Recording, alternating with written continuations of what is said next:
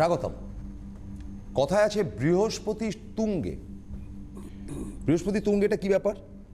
যে ব্যবসা করতে যাচ্ছে, ব্যবসা হৈ হৈ করে চলছে, চাকরি করতে যাচ্ছে, চাকরিতে উন্নতি হচ্ছে সমানে, পড়াশুনোর ক্ষেত্রেও তাই। আজকে তো রাজনীতির ভোটাভুটি চলছে।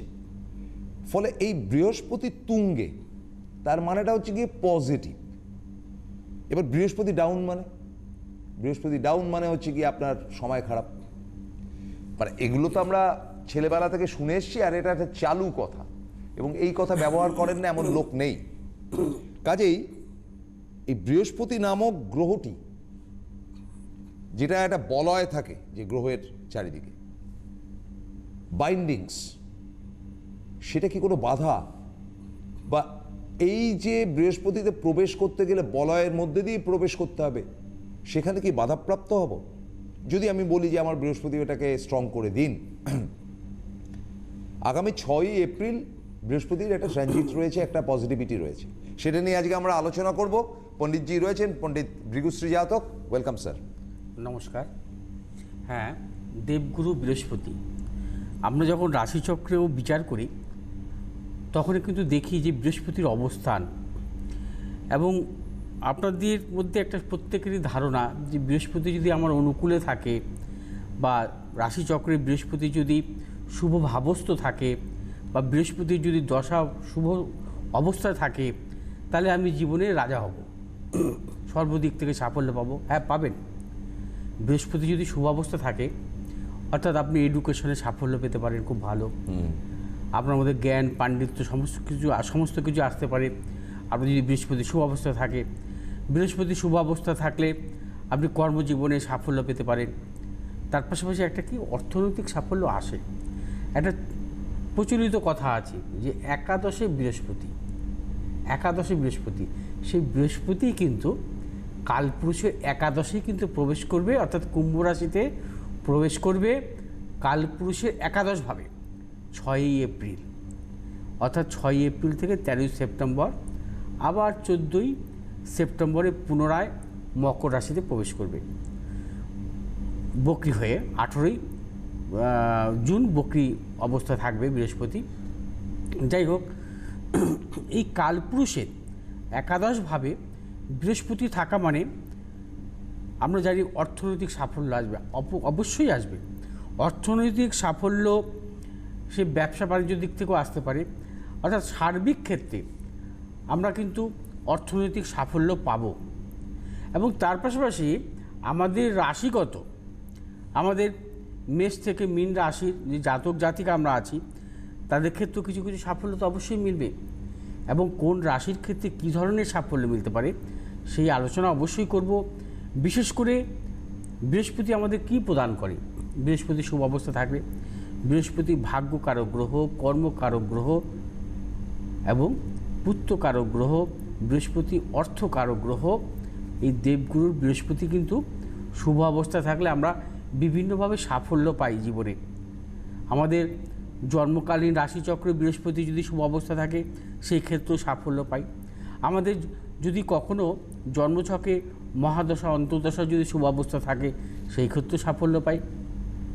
বৃহস্পতি শুভ অবস্থা থাকলে আমরা বিবাহের ক্ষেত্রে সাফল্য পাই।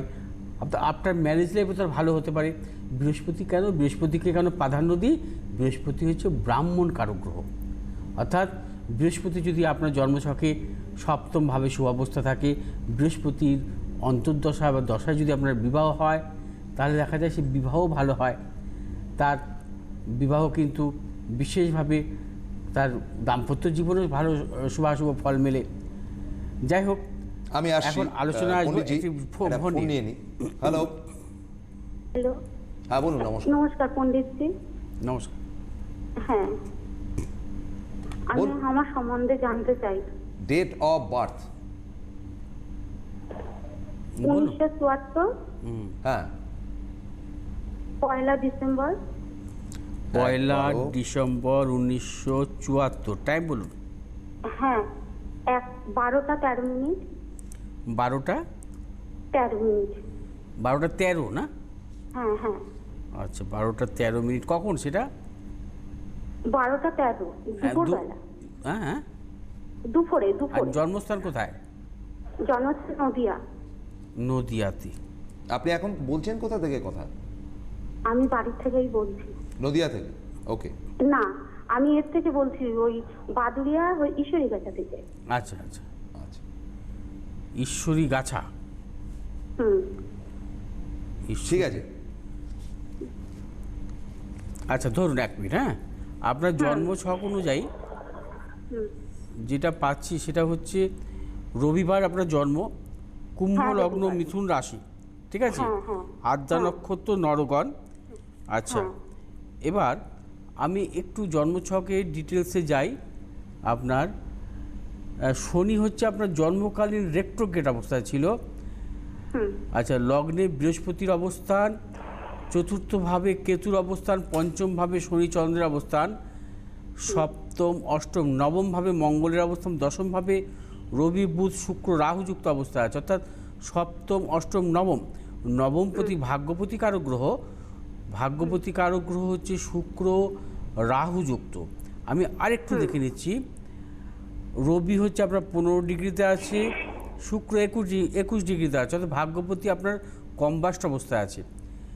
আর বুধ হচ্ছে আপনার কম্বাস্ট অবস্থায় আছে, এবং শুক্র হচ্ছে আপনার কম্বাস্ট অবস্থায় আছে, ঠিক আছে? শুনুন, এখন বর্তমানে আপনার শনির মহাদশা। শনি হচ্ছে আপনার ষষ্ঠভাবে অবস্থান করছে, শনি হচ্ছে বৃহস্পতির নক্ষত্রে অবস্থান করছে, ঠিক আছে?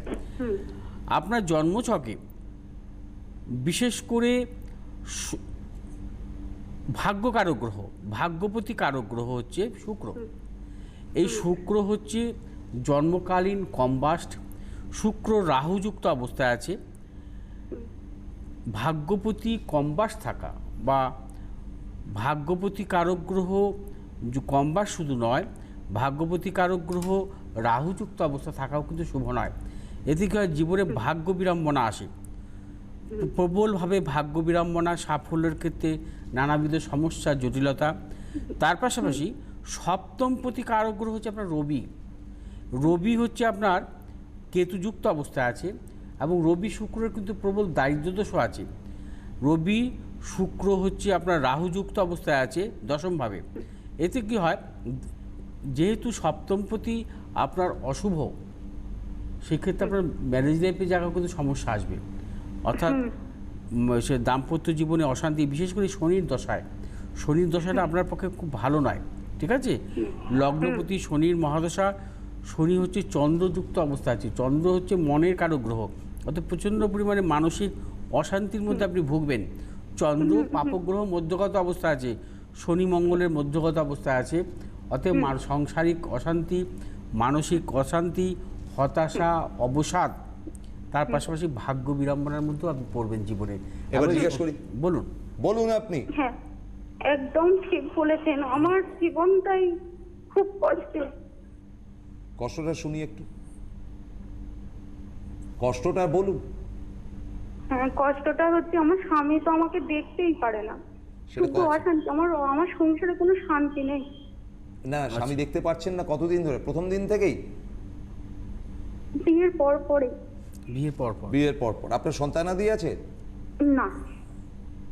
ওই শুক্র কম্বাস্ট আপনি বলেছেন, দেখুন সেক্সুয়াল লাইফও কিন্তু না না, তাতে করে সেটা না। এফেক্ট হয়েছে। ওনার তো সন্তান স্থানটাও খারাপ হবে এই কারণেই, শুক্র তো ওনার পঞ্চমপতি কারক গ্রহ, সন্তানের অধিপতি কারক গ্রহ। হ্যাঁ, সেই সব মিলিয়ে বলছি। শুক্র হচ্ছে ওনার রাজ্য কারক গ্রহ জন্মছকে। কুম্ভ লগ্নের জাতক জাতিকার হচ্ছে শুক্র রাজ্য কারক গ্রহ, পঞ্চমপতি ভাগ্যপতি কারক গ্রহ। অর্থাৎ রাজ্য কারক গ্রহ কখনো কম্বাস থাকা ভালো নয়। রাজ্য কারক গ্রহ শুক্র রবিযুক্ত থাকা ভালো নয়। রাজ্য কারক গ্রহ শুক্র কেতুযুক্ত রাহুযুক্ত অবস্থায় আছে, এটাও ভালো নয়।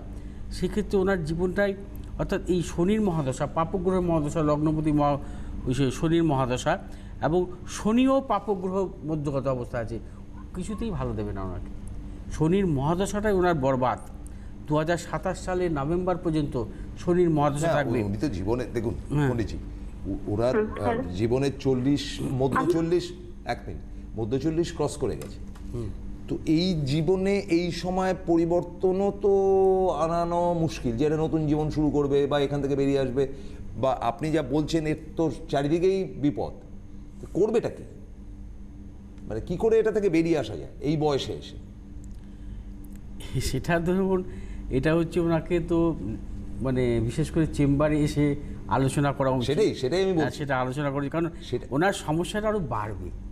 হ্যাঁ, 22 সালের জুন মাস থেকে, 22 সাল নয়, ওনার এই 2021-এর মে থেকে আরও বেশি বাড়বে।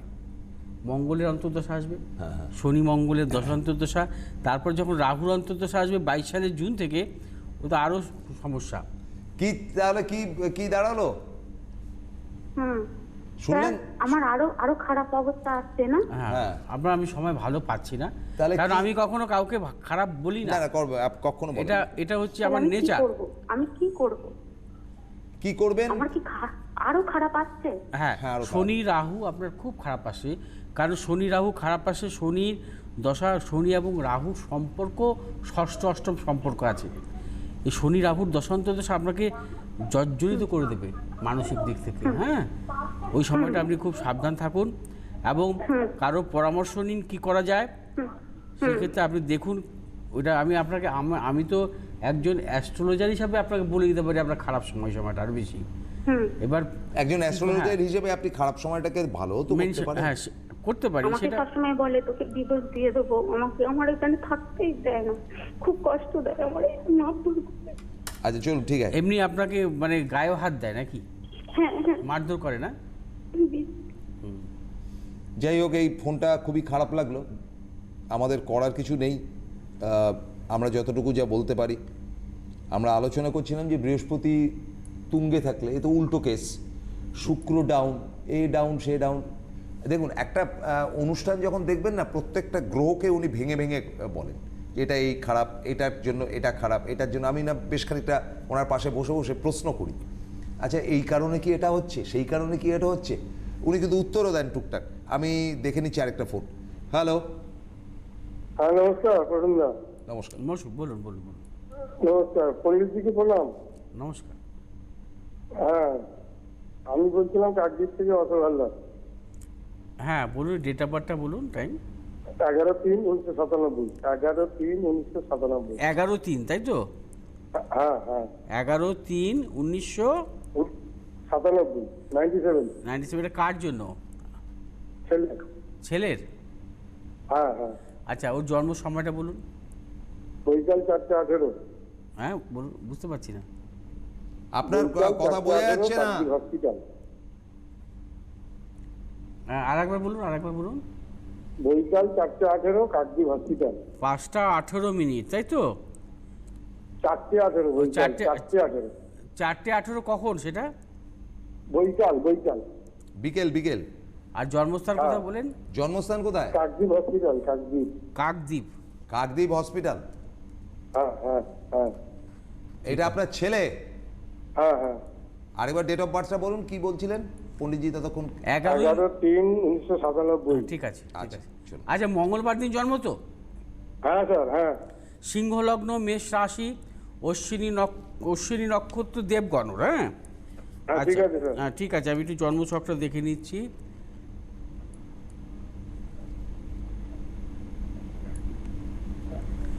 আচ্ছা, সিংহ লগ্ন, লগ্নের সপ্তম অষ্টম নবমপতি, ভাগ্যপতি কারক গ্রহ মঙ্গল তৃতীয় রাহুযুক্ত অবস্থায় আছে। চতুর্থপতি কারক গ্রহ মঙ্গল এবং ভাগ্যপতি কারক গ্রহ, রাজ্য কারক গ্রহ মঙ্গল রাহুযুক্ত দ্বিতীয়। আচ্ছা, অষ্টমভাবে শনিকেতু, সপ্তমে রবি বুধ শুক্র এবং বৃহস্পতি হচ্ছে নিচস্থ। পঞ্চমপতি কারক গ্রহ বৃহস্পতি নিচস্থ। আচ্ছা, জন্মছকের আরেকটু দেখে নিচ্ছি আমি। রবি বুধ শুক্র, রবি হচ্ছে 7 ডিগ্রিতে আছে, বুধ 26 ডিগ্রিতে, রবি 27 ডিগ্রিতে। আচ্ছা, অর্থাৎ বুধটা কম্বাস্ট অবস্থা ছিল এবং শুক্রটাও কিন্তু এরও কম্বাস্ট অবস্থায় আছে জন্মছকে। এবার এর মহাদশা চলছে এখন বর্তমানে শুক্রের মহাদশা। শুক্র হচ্ছে এর কর্মপতি কারক গ্রহ। শুক্র কর্মপতি। দেখুন, ওর তো 97 সালে জন্ম, অর্থাৎ এখন আপনার প্রশ্ন হবে কেরিয়ার নিয়ে, অর্থাৎ 24 বছর বয়স। দেখুন, ওর দশমপতি কর্মপতি কারক গ্রহ হচ্ছে শুক্র। কর্মপতি কারক গ্রহ শুক্র কিন্তু ওর কম্বাস্ট অবস্থায় আছে। ঠিক আছে, আগের যে ছকটা আমি বিচার করলাম, ওই শুক্র কম্বাস্ট অবস্থা ছিল, ঠিক। অর্থাৎ ওর কর্মজীবনে কিন্তু সাফল্যের ক্ষেত্রে বাধা বিড়ম্বনা, অর্থাৎ মনের মতন কর্মের ক্ষেত্রে কিন্তু সমস্যা আসবে 2024 সাল পর্যন্ত। কর্মজীবনের দিক থেকে ওর কোনো স্যাটিসফ্যাকশন আসবে না আরো 3 বছর। আরও 3 বছর, অর্থাৎ কর্মজীবনের দিক থেকে আরও 3 বছর ভালো নয়। মঙ্গল ভাগ্যবতীকারক গ্রহ, মানে ছাত্র কিরকম? স্টুডেন্ট হিসাবে খারাপ ছিল না, আচ্ছা। সায়েন্সের নিয়ে পড়াশোনার মতন ছক ছিল, এবং টেকনিক্যাল লাইনে পড়াশোনা করে বেশি ভালো হতো। ও কী নিয়ে পড়াশোনা করেছে? Chemistry sir, chemistry. Chemistry. Chemistry. হ্যাঁ।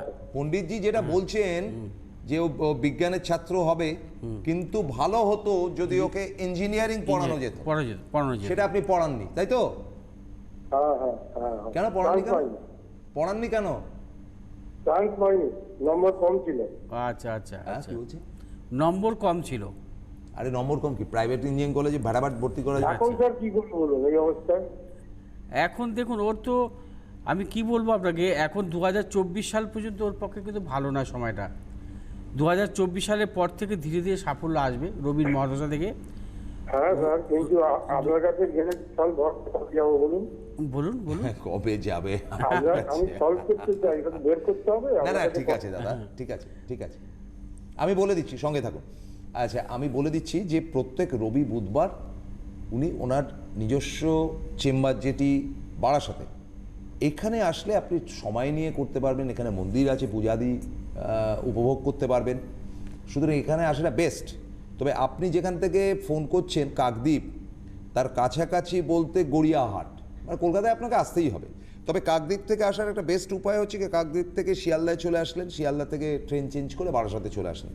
খুব বেশি সময়ের ব্যাপার না, 1.5 ঘন্টা থেকে 1.25 ঘন্টা। চলুন, সোমবার গড়িয়াহাট, এখানেও আসতে পারেন। প্রত্যেক মঙ্গলবার হাতিবাগান এবং প্রত্যেক শুক্রবার বালি। বিষয়বস্তু হচ্ছে, আপনি একটা জব্বর সাবজেক্ট তো আজকে ধরেছেন, বৃহস্পতি তুঙ্গে, দুজনেরই বৃহস্পতি তাকে 12টা বাজাচ্ছে, এই যে পরপর দুটো বললেন। তাহলে এক্ষেত্রে আপনার একটা দায় পড়ে যায়, দায়িত্বটা বেড়ে যায় যে আপনি পুজো আর্চা করা ব্রাহ্মণ মানুষ, আপনি নিজে বাড়িতেই পুজো করেন। এমন নয় যে ওখানে গিয়ে পুজো করছি, সেখানে গিয়ে বলি দিচ্ছি, সেখানে গিয়ে হত্যা দিচ্ছি, এরকম আপনার ব্যাপার নেই। আপনার যা কিছু আপনার বাড়ির মধ্যে। তো আপনি কি পারেন না এদের বৃহস্পতি এটাকে একটু স্ট্রং করে দিতে? দেখুন, একটা কথা বলবো যে শুধু বৃহস্পতি নয়, মানুষের জীবনে যখনই কোনো সমস্যা আসে তার পেছনে কোনো কোনো গ্রহ কত দোষ থাকতেই পারে। নিশ্চয়ই। এখন বৃহস্পতি যদি শুভ অবস্থায় থাকে একটি জন্মছকে, তাকে কিছু কিছু দিকে তাকে সাফল্য দিতে পারে। বৃহস্পতি সবসময় অবস্থানের উপরে সাফল্য দেয়। তার যদি বৃহস্পতি যদি ভালো কোনো যোগ সৃষ্টি করে, যোগ কারক গ্রহ হয়, তাহলে সাফল্য দেয়। যেমন এই ছেলেটির, আপনি যেমন কথাটা তুললেন, যেমন এই ছেলেটির বৃহস্পতির নিজভঙ্গ রাজযোগ আছে। এই ছেলেটির বৃহস্পতির নিজভঙ্গ রাজযোগ আছে, কিন্তু বৃহস্পতির নিজভঙ্গ রাজযোগ থাকা সত্ত্বেও তো বৃহস্পতি ওকে রেজাল্ট দিতে পারছে না। ঠিক। কারণ অথচ যে শুক্রের দশা, হ্যাঁ হ্যাঁ হ্যাঁ, যদি ও বৃহস্পতির মহাদশা থাকতো তাহলে কিন্তু সাফল্য পেত, বৃহস্পতি ওকে রেজাল্ট দিত। এক্স্যাক্টলি। সেভাবে দেখতে হবে যে কার কোন দোষের জন্য সে জীবনে সাফল্য পাচ্ছে না, ঠিক তাকে সেইভাবেই কিন্তু রেমেডি বা গ্রহদোষ খণ্ডন করা উচিত। যাই হোক, যেটা নিয়ে আলোচনা করছিলাম, যে বৃহস্পতির সঞ্চার, বৃহস্পতির গোচর নিয়ে ফল নিয়ে আলোচনা করব। দেখুন, এই 6 এপ্রিল থেকে 13 সেপ্টেম্বর পর্যন্ত মেষ রাশির জাতক জাতিকারা, মেষ রাশির জাতক জাতিকাদের বিশেষ করে একাদশভাবে বৃহস্পতি থাকবে, অর্থাৎ কালপুরুষেরও একাদশভাবে বৃহস্পতির অবস্থান থাকবে। আমরা জানি যে বৃহস্পতি একাদশ অবস্থান সবসময় শুভ, অর্থাৎ এই সময়টা, এই সময়কালীনটা বিশেষ করে মেষ রাশির জাতক জাতিকাদের মানে অর্থনৈতিক দিক থেকে প্রবলভাবে সাফল্য। এবং এই সময়টুকু মেষ রাশির জাতক জাতিকাদের শুধু অর্থনৈতিক নয়, কর্মজীবনের দিক থেকে সাফল্য আসবে, উচ্চশিক্ষা, এছাড়া বিদেশ ভ্রমণ, কর্মসূত্রে বিদেশ ভ্রমণ হতে পারে, বা উচ্চশিক্ষার কারণে বিদেশে যেতে হতে পারে।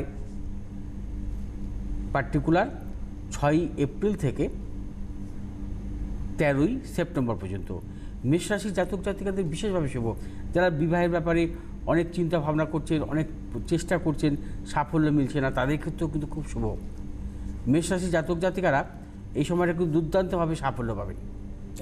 এই সময়টা অর্থাৎ অর্থনৈতিক দুর্দান্ত সাফল্য আসবে মেষ রাশি জাতক জাতিকাদের। ফলে সবারই যে খারাপ যাবে এমন নয়, আমরা কিন্তু পার্ট পার্ট করে আলোচনা করছি। লাস্ট ফোনটা নিয়ে নিই। হ্যালো, হ্যাঁ হ্যালো, হ্যাঁ বলুন। হ্যাঁ হ্যাঁ প্রসূনদা, আপনাকে নমস্কার। হ্যাঁ, পণ্ডিতজিকেও নমস্কার জানাচ্ছি। আমি দুর্গাপুর থেকে বলছি। আমার বেশ। মেয়ের সম্বন্ধে জানতে চাই। মেয়ের বলুন, নাম বলুন। তনুশ্রী পাল। আচ্ছা, ডেট অফ বার্থটা বলুন। ডেট অফ বার্থ হচ্ছে 25/1/1984। 25/1/1984। সময়টা বলুন। হ্যাঁ, টাইম বলুন। সময় সময় সকাল 10:30। সকাল 10:30। দুর্গাপুরে। দুর্গাপুর জন্ম, তাই তো? হ্যাঁ হ্যাঁ। ধরুন।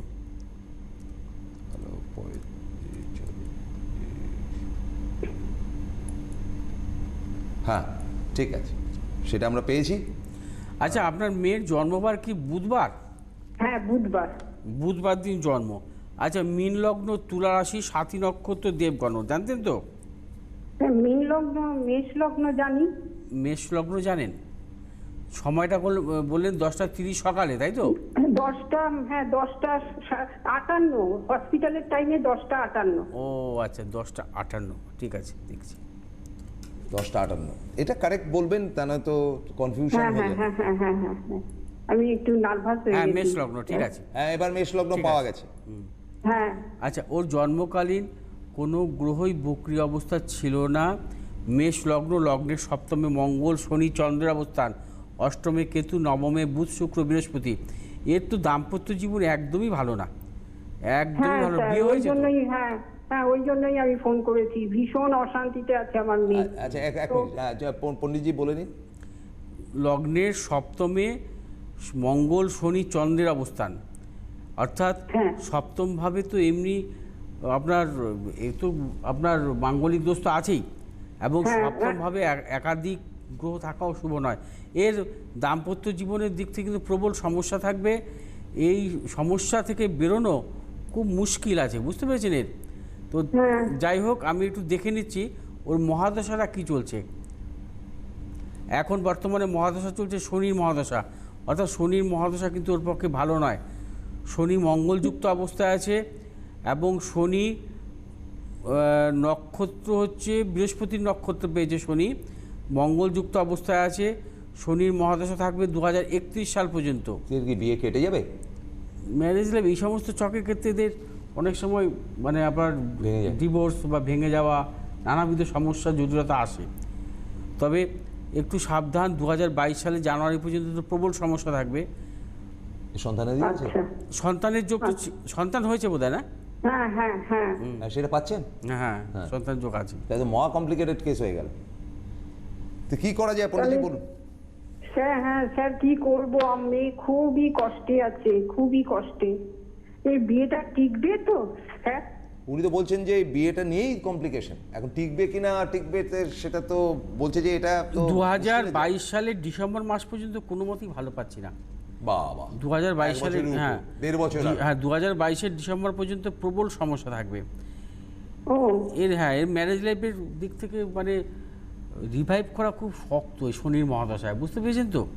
আর এখন তো হ্যাঁ শনি স্যার, শুক্র কিন্তু চলছে। জটক বিচার করে বিয়ে দিয়েছি, তাও মানে সে সমস্যা। যে জটক বিচার করেছে সে ভুলভাল করেছে। যাই হোক, আপনি পরে যোগাযোগ করে নেবেন। আমাদের হাতে সময় আর নেই প্র্যাকটিক্যালি। আমি একটা কথা বলে দিই, আপনার আজকের যে অনুষ্ঠান, প্রত্যেকটা নেগেটিভ ফোন এসছে, প্রত্যেকটা অত্যন্ত খারাপ ফোন এসছে। এবং আজকের আসপেক্টে যেটা দেখা গেল যে সব সংসার ভাঙার ফোন। ফলে আপনাকেই কিন্তু এই দায়িত্ব নিতে হবে বলে আমি মনে করি। পণ্ডিতজি, আপনিই পারবেন এই ভাঙা সংসার জুড়ে দিতে। এই প্রার্থনা আপনার কাছে করে আজকের মতো শেষ করছি। প্রতিদিন সকাল 7:30টার সময় পণ্ডিতজিকে আমরা অবশ্যই পাবো। আপনার কথা আমি চেষ্টা রাখবার, রাখার চেষ্টা করব। ধন্যবাদ।